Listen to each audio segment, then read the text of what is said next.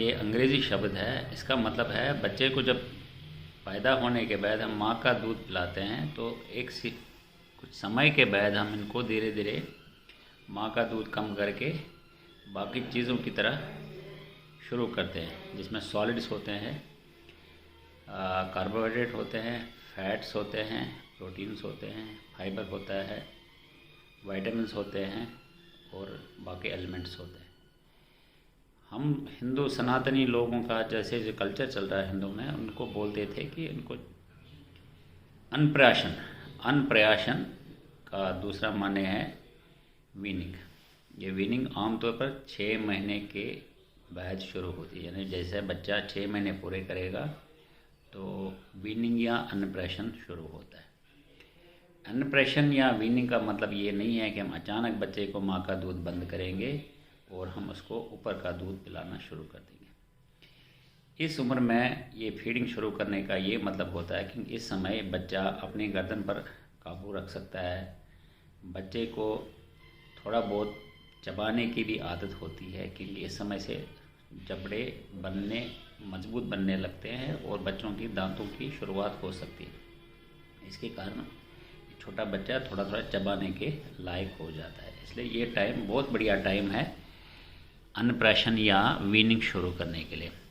अब जो माँ बहनें ऑफिस जाती है, कोई काम में लगी रहती है, वो दिन में बच्चे को 2.5 घंटे 3 घंटे में अपना दूध पिलाती हैं, तो उनको हम बोलेंगे धीरे धीरे आप एक आध फीड दिन में मिस कर लीजिए और एक आध फीड रात में मिस करिए और अचानक दूध बंद नहीं करिए, और उसके बदले में आप बच्चे को सेमी सॉलिड्स शुरू कर दीजिए, जिसमें चावल, गेहूँ, रागी का बना हुआ आटा या पेस्ट टाइप का हो, इतना हो जो ज़्यादा गाढ़ा ना हो, जो बच्चा आराम से गटक लेगा और हल्का सा गुनगुना हो। उसमें एक आध बादाम, किशमिश पीस के डालें, इतना बारीक पीस के डालें कि बच्चे के गले में ना अटक जाए, और साथ में हम एक आध टमाटो का एक आध चम्मच का सूप ऐड कर सकते हैं।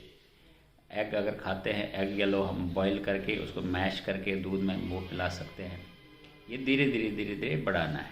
बाज़ार में रेडीमेड फूड सप्लीमेंट्स भी आते हैं जो वीनिंग के लिए होते हैं, आप वो भी शुरू कर सकते हैं अगर आपको घर में दिक्कत है। और कुछ समय के बाद जैसे 8 से 9 महीने के आसपास बच्चा अपना ज़बान वगैरह मुंह में हिलाना शुरू कर सकता है, तो ये प्रॉपर टाइम है शुरू करने का। अगर आप इसमें देरी करोगे फिर बच्चा धीरे धीरे आगे चल के दिक्कत करता है। तो जो बच्चे को दूध पिलाना है वो रिकमेंड करते हैं, जो वर्ल्ड हेल्थ ऑर्गेनाइजेशन ये रिकमेंड करती है कि बच्चे को आइडियली 2 साल तक माँ का दूध चलने देना है। तो लेकिन इसका ये मतलब नहीं है माँ का दूध ही केवल दे दें, इसके साथ साथ धीरे धीरे वीनिंग या अन्नप्राशन का मतलब है धीरे धीरे माँ का दूध कम करके ऊपर का सॉलिड्स शुरू करना है, जिसमें कार्बोहाइड्रेट भी हो, प्रोटीन भी हो, दाल होनी चाहिए, ठीक है, और फाइबर होना चाहिए। छोटे छोटे फ्रूट को हम बारीक बारीक काट के इतना काट के, जैसे 8-9 महीने में हम इतना काट के करें जो बच्चा आराम से निकल सकता है, चबाने की ज़रूरत ना पड़े। और इसके साथ साथ माँ का दूध भी बच्चा पीता रहेगा। 1 साल के आसपास जब बच्चा आता है, बच्चा जो भी अडल्ट घर में खाते हैं सब कुछ खाने को रेडी रहता है, लेकिन ये सब बच्चे को माँ बाप के सुपरविज़न में ही होना चाहिए। बच्चे को दाना जैसे मूंगफली का दाना, मटर का दाना, बादाम की गिरी ये ना खिला दें। अगर खिलाना भी है उसको पीस करके खिला दे, ऐसे नहीं खिला दें। और साथ साथ सॉलिड चलते रहेंगे। अब आपको कैसे पता चलेगा कि बच्चा अभी वीनिंग के लिए तैयार हो गया?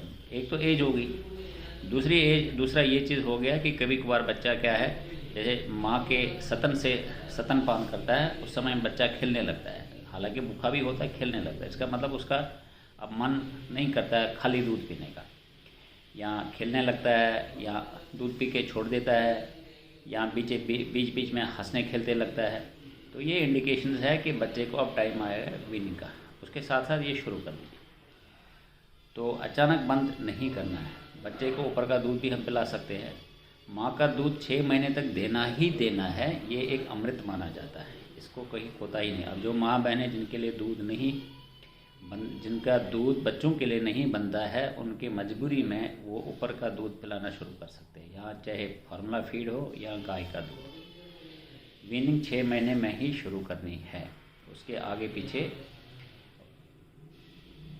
आगे ज़रूरत नहीं है, और आगे मतलब 6 महीने के बाद दे दोगे फिर बच्चा खाने पीने में दुखी करता है। और अगर 6 महीने में आप वीनिंग शुरू करोगे, बच्चे के कब्ज़ वब्ज़ की शिकायत धीरे धीरे ख़त्म हो जाती है। अगर आप बहुत देर करोगे, खाली दूध पीने से बच्चे को एक कब्ज़ भी होती है, जो एक दिक्कत वाली समस्या है।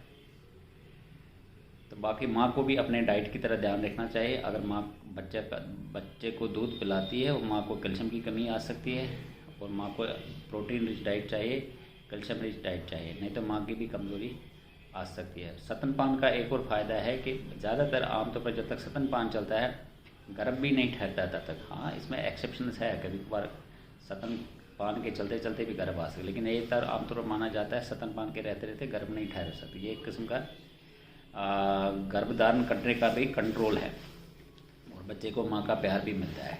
और बच्चे को 1 साल के बाद कोशिश करें कि आप कप से या गिलास से शुरू कर दें। उसमें बच्चे का एक तो मन भी लगा रहता है, बच्चे को खाने पीने की आदत भी लगी रहती है। बच्चे को अपने साथ बिठा के उस समय उनका जो भी थोड़ा बहुत खाना आप खाते हैं वो भी थोड़ा डाल दें, ताकि वो खाने की आदत डली जाए। इससे बच्चे का अच्छी तरह विकास हो जाता है। आजकल हम लोग डॉक्टर लोग सजेस्ट